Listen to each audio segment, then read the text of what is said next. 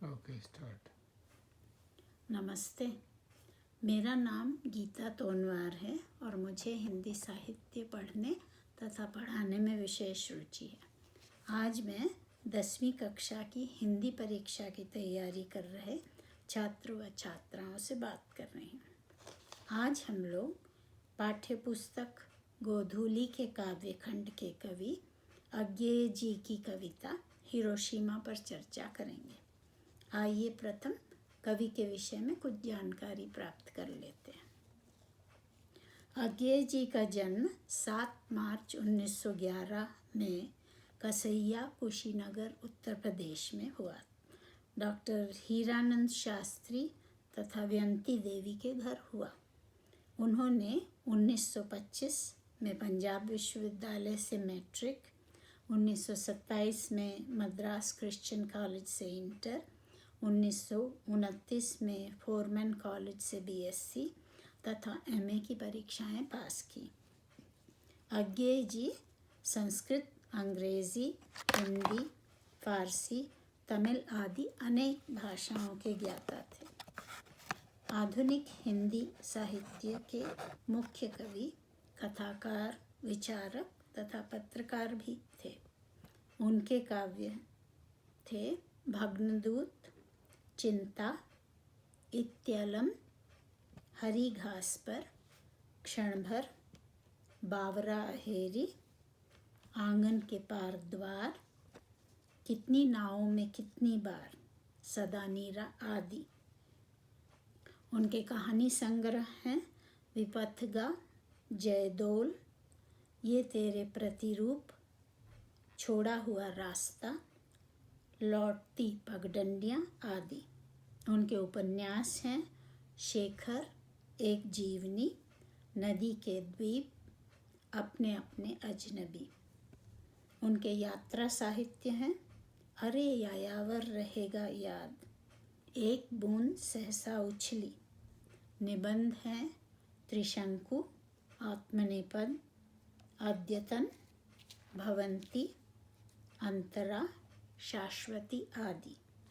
नाटक हैं उत्तर प्रियदर्शी, संपादित ग्रंथ, तार सप्तक, दूसरा सप्तक, पुष्करिणी, रूपांबरा आदि।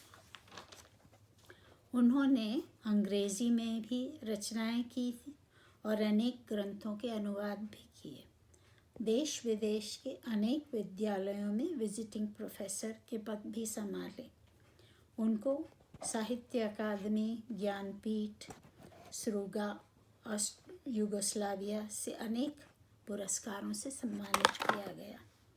4 अप्रैल 1987 को उनका स्वर्गवास हुआ।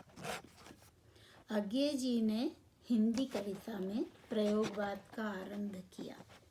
अपने तार सप्तक में 7 कवियों के माध्यम से कविता में कैसे वस्तु, भाव, भाषा, शिल्प आदि के प्रयोग से विविधता संभव है, इस तथ्य का प्रमाण दिया। सदा नीरह संग्रह से उद्धृत उनकी प्रस्तुत कविता हिरोशिमा में आधुनिक जीवन की दुखद आपदा का सजीव चित्रण है। हिरोशिमा में हुई अणुबम विस्फोट की घटना न केवल मानवीय अतीत की साक्षी है, अपितु विश्व में बढ़ती हुई आणविक हथियारों की दौड़ की ओर भी संकेत करती है। आइए अब कविता की विस्तार पूर्वक अध्ययन करते हैं। पहले मैं एक भाग पढ़ूंगी, तत्पश्चात शब्दार्थ बताकर व्याख्या करूंगी। यह देखिए बम विस्फोट का चित्र।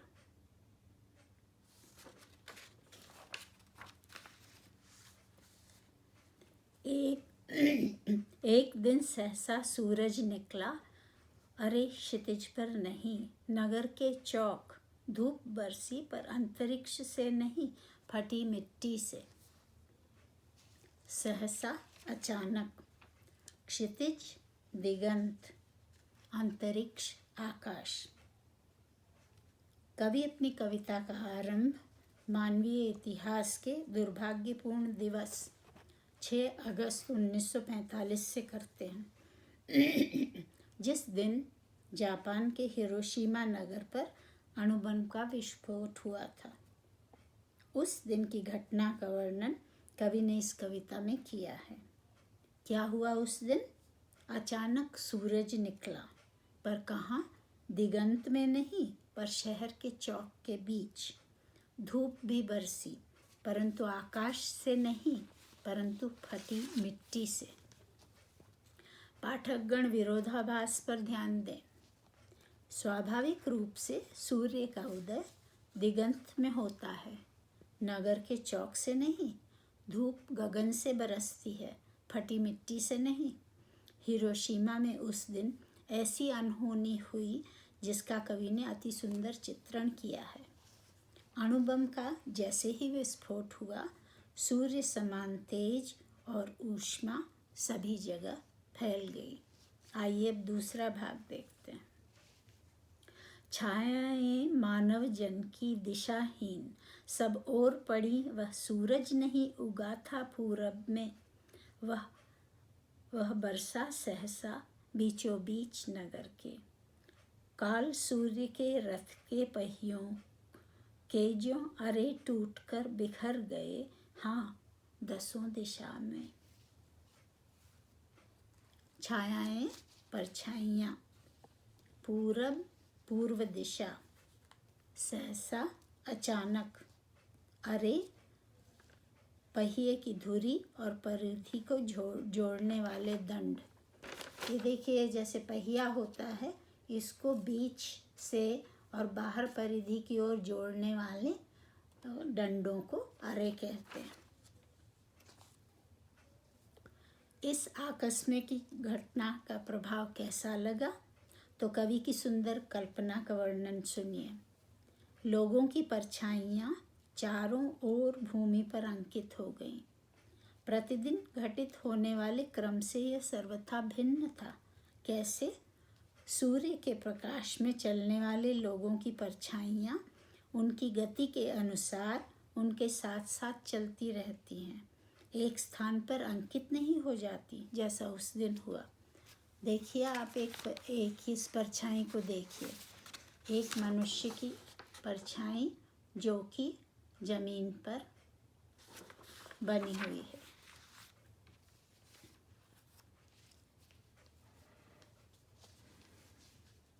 रोज प्रातः पूर्व दिशा में सूरज का उदय नहीं हुआ था उस दिन, अपितु एक अभूतपूर्व प्रकाश हिरोशिमा नगर के मध्य अचानक दिखाई पड़ा था।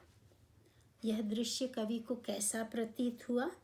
मानो समय रूपी सूर्य रथ के पहियों के अरे अकस्मात टूटकर सभी दिशाओं में बिखर गए हों। यहाँ कवि समय के सूर्य की तुलना रथ से करते हैं और मानवों की परछाइयों की रथ के पहियों के अरे से करते हैं। ऐसे सब चारों तरफ बिखर गए। अब तीसरा भाग देखें। कुछ क्षण का वह उदय अस्त केवल एक प्रज्वलित क्षण की दृश्य सोख लेने वाली दोपहरी, फिर छायाएं मानव जन की नहीं मिटी लंबी हो कर, मानव ही सब भाप हो गए। छायाएं तो अभी लिखी हैं झुलसे हुए पत्थरों पर, उजड़ी सड़कों की गच पर। क्षण पल, उदय अस्त यानी चढ़ाव उतार, यानी राइज और सेट, सूर्य के उगने का समय और अस्त होने का समय। प्रज्वलित जलता हुआ, सोख जल या नमी को चूसने की क्रिया। भाप वाष्प, झुलसे हुए जले हुए, उजड़ी निर्जन या सुनसान, गच सीमेंट से बना पक्का धरातल। जैसे कि आपको ये इस परछाई में ये दिखाई दे रहा है, ये गच है।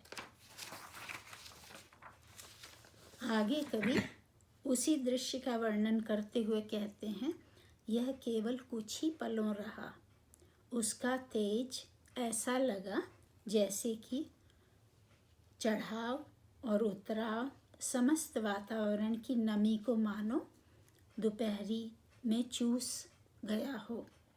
तत्पश्चात क्या हुआ? मनुष्य की परछाइयाँ जैसे रोज सूर्य प्रकाश में उनके साथ लंबी होकर मिट जाया करती थी, ऐसा नहीं हुआ, अपितु अणुबम के विस्फोट के प्रभाव से सभी मानव वाष्प बन गए, यानी भाप बन गए, यानी गायब हो गए। बचा क्या? केवल जले हुए पत्थरों तथा सुनसान सड़कों की सीमेंट की जमीन पर अंकित छायाएं। अणुबम के विनाशकारी अवशेषों की ओर कवि पाठक का ध्यान आकर्षित करते हुए आधुनिक विश्व के देशों में चल रही हथियारों की होड़ की ओर संकेत करना चाहते हैं। अब अंतिम भाग देखें। मानव का रचा हुआ सूरज मानव को भाप बनाकर सोख गया। पत्थर पर लिखी हुई यह जली हुई छाया मानव की साखी है। रचा यानी बनाया, पत्थर पाषाण, साखी यानी गवाही या सबूत। कविता के अंतिम भाग में कवि चेतावनी देते हैं कि मनुष्य द्वारा बनाए गए विस्फोटक अस्त्रों ने ही मनुष्य का ध्वंस कर दिया, यानी उसका विनाश कर दिया।